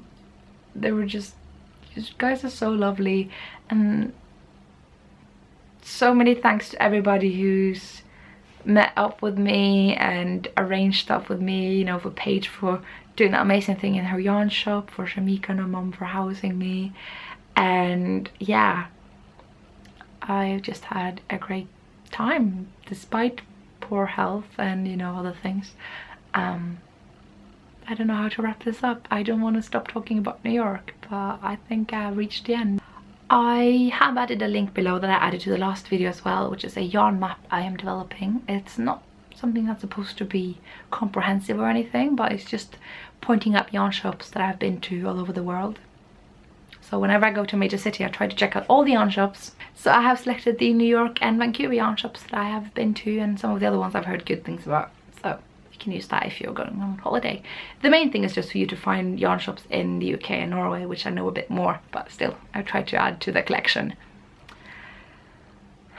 So yeah, the day after I had to leave and say goodbye to all those lovely little faces.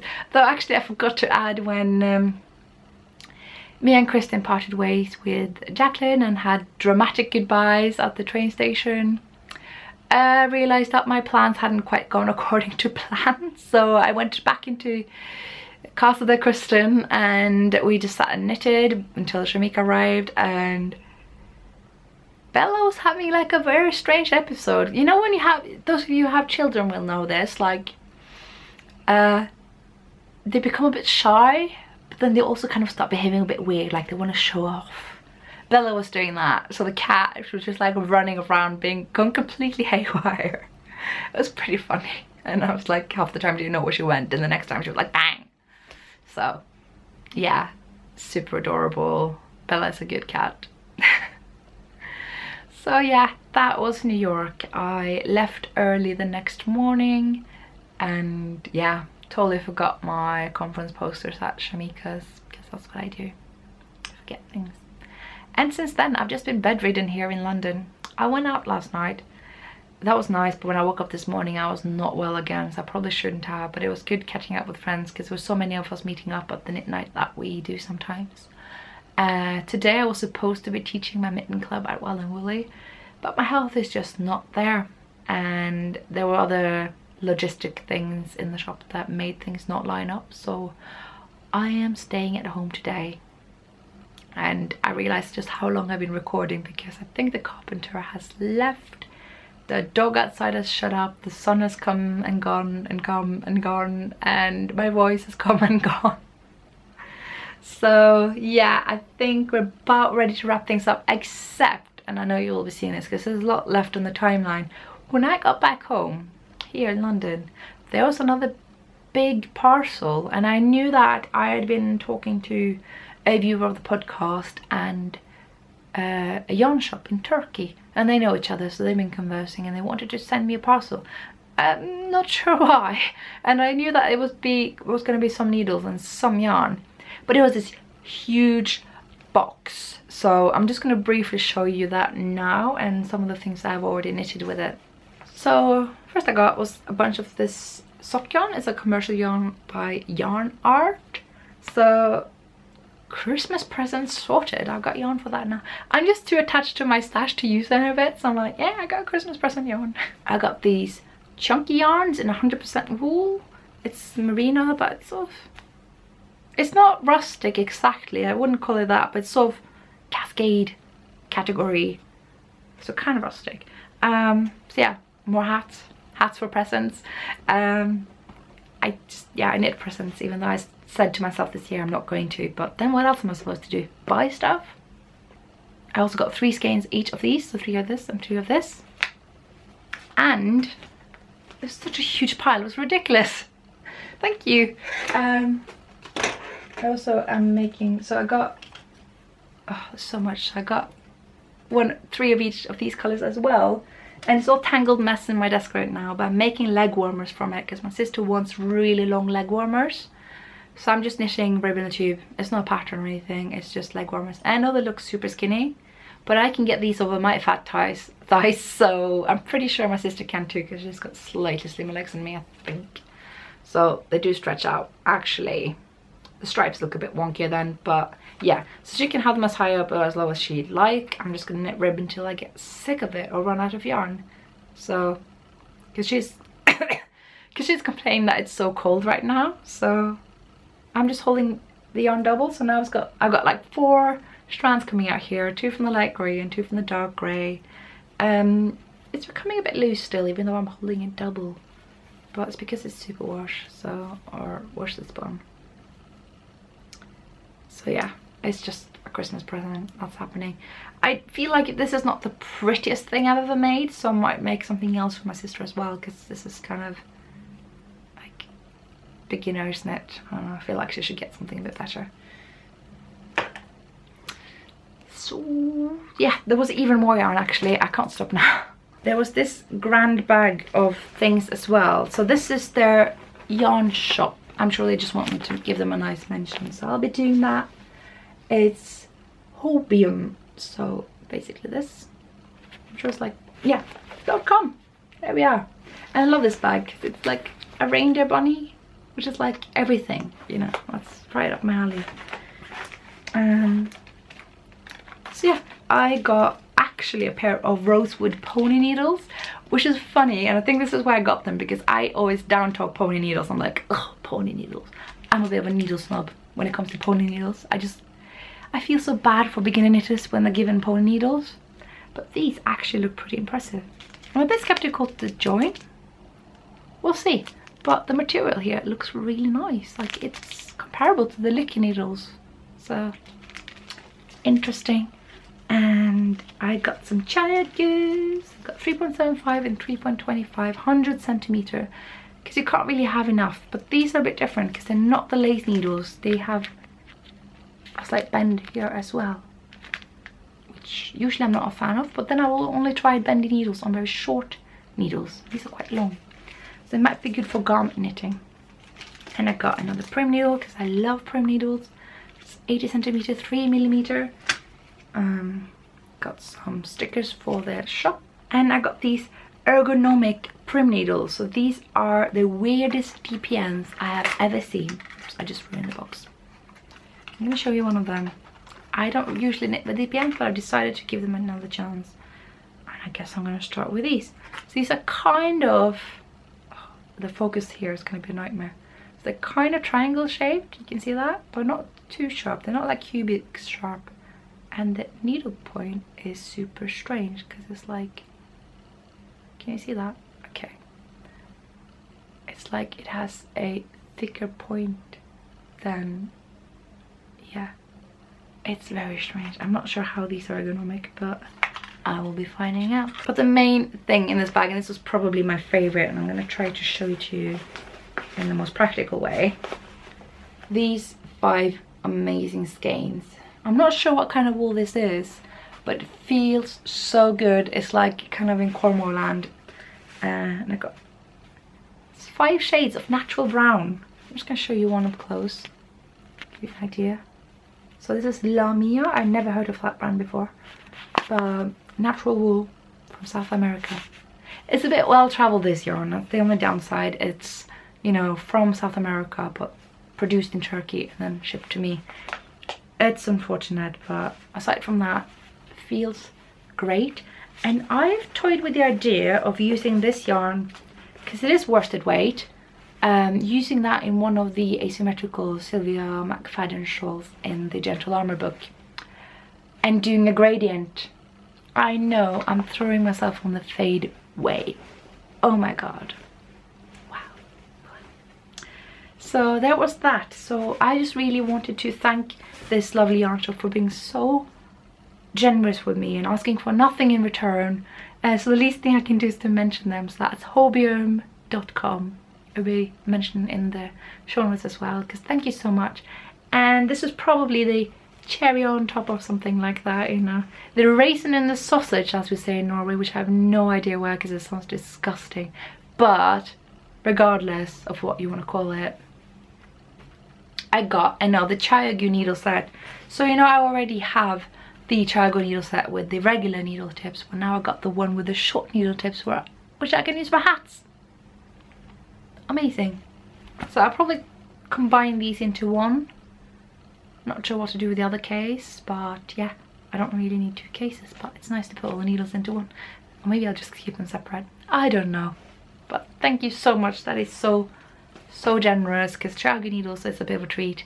So yeah, I don't know what to say other than thank you. And yeah, I thought I'd show you what I made with some of the yarn, because I forgot to show you this actually, because I got 3 of these skeins. So this is a wool acrylic blend, which is quite frankly not quite my thing, but I thought, again, perfect Christmas presents, and I really like the colors. So, and it's got a very nice definition to it. So while I'm not a fan of acrylic, not for yarn snob reasons, we can talk about this another time if you're interested, but just for, like, you know, specifics of the yarns kind of thing. So that's why I don't touch acrylic, because I don't, like, various like detail oriented reasons, not because I'm like, it has to be wool, because wool is nicer for arbitrary reasons. But I've knitted with it, and I've knitted up nearly 1 skein, which lives in a project bag I was given yesterday by my friend Rachel, who started sewing these bags now. If she starts an Etsy shop, I will let you know. You can let me know if you're interested, because Rachel is still on the fence. But I mean, look at this. It's the perfect hat size, and it's got a burgundy zipper, so I can't complain. So I made this hat. I finished it yesterday. I started the day before. It's cabled navy blue hat. A little bit see-through, but that's what you get with superwash, you know. We talked about this before. It looks a bit small, but I have a huge head and it still fits me, and it'll probably go to someone with a smaller head. So there, nice and cabled. The pattern is called, I think, Jamie's Cashmere Hat on Ravelry. And I've started to knit another hat as well. I forgot the name of it, but I mentioned it in the show notes. And I've just done the bottom rib. And given that I'm using the same skein, and I've used about 60 grams for the first hat, and I've got 40 grams left here, I might be playing a bit of yarn chicken. It might just become a headband. But yeah, I'm not doing a folded brim, so it might actually be enough. We will see. And I am using the Zing needles. This is my fixed short circular, but I should be nearing a point when I can make a review of the interchangeable Zing needles that I was sent from Knit Pro a while ago, as well as the chart magnet board. I haven't done that yet because I've had too much other content in my videos thus far. So, because I've just been going to yarn tourism pretty much every other episode now, which is mad. Granted, I've done D-stash, which I mentioned in the last episode, and that went super well. I have one parcel to send out still, which I've been unable to do because I've been ill. So I'm very sorry about that, Jen. You know you are. I mentioned. Gosh, I'm being so awkward in this episode. It's horrible. So this is why I don't usually record when I'm ill, but we're doing it today for you guys. So hopefully in the next episode we can play catch up a little bit and cover all the other stuff that I didn't cover in this episode. Anyway, I want to thank you so much for watching. I want to thank everyone who's been lovely towards me when I've been in New York and Vancouver and New Jersey, because it just means the world. And I want to thank everyone who's been super supportive online. I want to thank everyone who's getting so excited about the Mystery Mitten Knit Along and the Silver Mitten Club and the Mary's Knit Along, and for everybody who participated in the Flea Knit Along, which was wrapped up. I just want to thank everybody for everything, apparently. So I think it means that I am done chatting and need a really hot beverage to clear my voice again. Thank you so much for watching, and I will see you next time. Bye. Right, so I was about ready to start editing now. I transferred all my video clips, the 2-hour-long recording, onto my computer, and then the postman knocked on the door. It's like 2:30 and I was a bit late, so it means parcels. That's usually why they knock on the door anyway. So I was like, I don't remember ordering anything, not anything that would arrive this soon anyway. Turns out Nikki has sent me, and I forgot that she said she was going to send me this, but a Latvian mitten kit. Now, you know my love-hate relationship with these kits. They are amazing in the sense that you get amazing yarn from Latvia for really cheap, but the patterns are a bit, yeah, I'm not going to get started on that. But thank you so much, Nikki, and I want to show you this yarn just in a sec. Check that out. Look at those colors. I mean, Latvians are nuts in the best possible way. I mean, just look at that. Oh my god. So I'm not sure if I'm actually going to make the pattern in this box, just because, I mean, imagine all the things you can do with these colors.